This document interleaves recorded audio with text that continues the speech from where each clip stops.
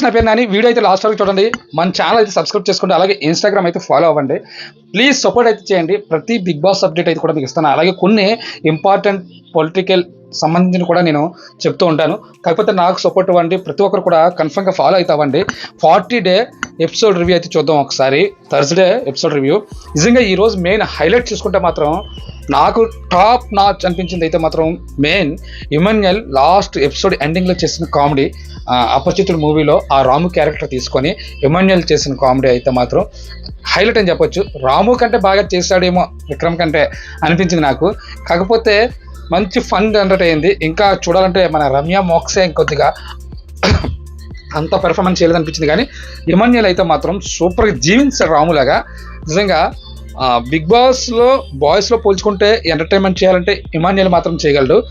నిజంగా చాలా ఫెయిర్గా ఉంటున్నాడు. ఎక్కడ కూడా అక్కడ మాట ఇక్కడ మాట అక్కడ చెప్పడం కానీ ఎనీ టైం ఏదో ఒక ఎంటర్టైన్మెంట్ చేయాలి అని చెప్పేసి ఇమాన్యుయల్ అయితే ట్రై చేస్తున్నాడు. అందులో అయితే ఎటువంటి సందేహం లేదు. ఇమాన్యుయల్ నిజంగా చాలా ట్రై చేస్తున్నాడు. ఎంతో కొంత కంటెంట్ ఇవ్వాలి, మనం ఇక్కడికి వచ్చినందుకు న్యాయం చేయాలని చెప్పేసి ఇమాన్యుయల్ అయితే మాత్రం చాలా ట్రై చేశాడు. ఈరోజు ఎపిసోడ్లో ఇమాన్యుయల్ టాప్ నాచ్ అని చెప్పొచ్చు నిజంగా. తర్వాత చూసుకున్నట్లయితే ఎపిసోడ్ స్టార్టింగ్లోనే మీరు ఏమనుకోవద్దు, మన దివ్యల మాదిరి దువ్వాడ మాదిరిగా చేంజ్ అయింది కదా. ఈ మాదిరి మళ్ళీ స్టార్ట్ చేసింది. హౌస్లోను ఎవరైనా లైట్స్ ఆఫ్ చేయగలనే, ఎవరు కూడా గుసగుసలు ఆడుకుంటారనుకుంటే మాత్రం ఈ రోజు నుంచి ఆడుకోవడానికి వీలు లేదు, బయటకు వచ్చి మాట్లాడుకోండి, ఇది రూల్ పాస్ చేయాల్సిందని చెప్పేసి అని స్టార్ట్ చేస్తుంది. ఇక్కడ రీతు ఎదుర్కొంటుంది. రీతుకి ఇద్దరికి ఆర్గ్యూ అయితే అవుతుంది. కానీ మరీ దారుణంగా ప్రవర్తిస్తుంది మన దివ్యుల మాదిరి అండ్ దువ్వాడు మాదిరి. ఈ రెండు క్యారెక్టర్లు కూడా ఒకేసారి పోషించడం వల్ల చాలా ఇబ్బందిగా ఉంటుంది తనకి. కాకపోతే ఇదే కంటిన్యూ అయితే మాత్రం ఒక్కసారి నామినేషన్లోకి వస్తే ఫస్ట్ వీక్లోనే ఎలిమినేషన్ అయిపోయి బయటకు పోతుంది.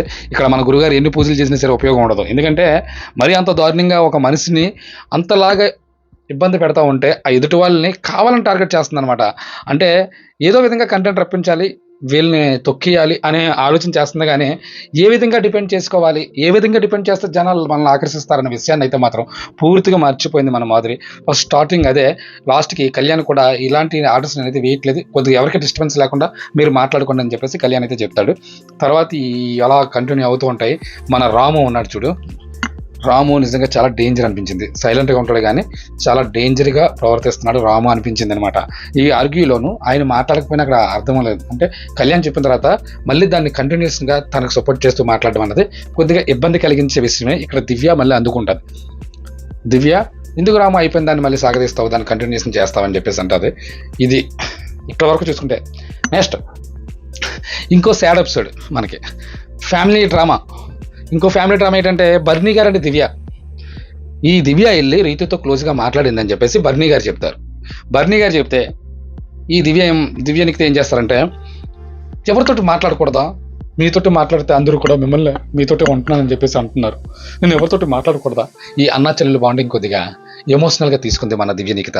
ఈయన కూడా చాలా ఎమోషనల్ అవుతాడు. కానీ ఎమోషనల్ అయినోడు జెన్యూన్గా చూపిస్తున్నాడంటే లేదు.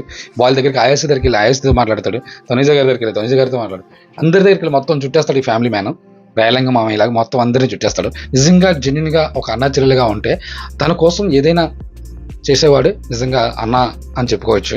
కాకపోతే తను ఎవరితోటో క్లోజ్గా ఉంటుందని చెప్పేసి ఈయన ఫీల్ అయితే, నేను అందరితో ఉండకపోతే అందరూ నన్నే టార్గెట్ చేస్తున్నారు, మీతో ఉంటున్నానని చెప్పేసి తినంటాడు. దివ్య అంటది. ఏదైనా కొద్దిగా ఇబ్బందిగా అనిపించింది అనమాట. దివ్య ఇంకా ఒరిజినల్ ఏంటన్నది ఇంకా క్లారిటీ లేదు. మన రేలంగ్ మామి అయితే ఫ్యామిలీ మ్యాన్, మన ఇమాన్యుయల్ చెప్పినట్టు ఫ్యామిలీ మ్యాన్ అనమాట.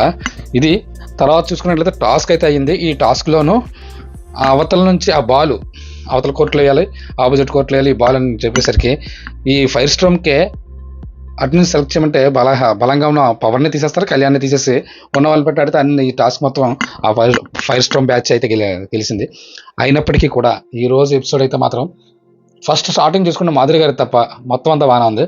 అలాగే సుమన్ శెట్టి గారు ఈరోజు కూడా సేమ్. సుమన్ శెట్టి గారి పాత్ర ఓన్లీ అక్కడ ఫుడ్ వరకే పరిమితి అయిపోయింది. టాస్క్లో మాత్రం చాలా బాగా ఆడాడు. టాస్క్ సుమన్ శెట్టి అండ్ తనుజ వీళ్ళిద్దరి గురించి మర్చిపోయాను నేను. ఆ టాస్క్లోను, ఆ బాల్ టాస్క్లోను సుమన్ శెట్టి అండ్ తనుజ ఎంతవరకు ట్రై చేయాలో అంతవరకు ట్రై చేశారు.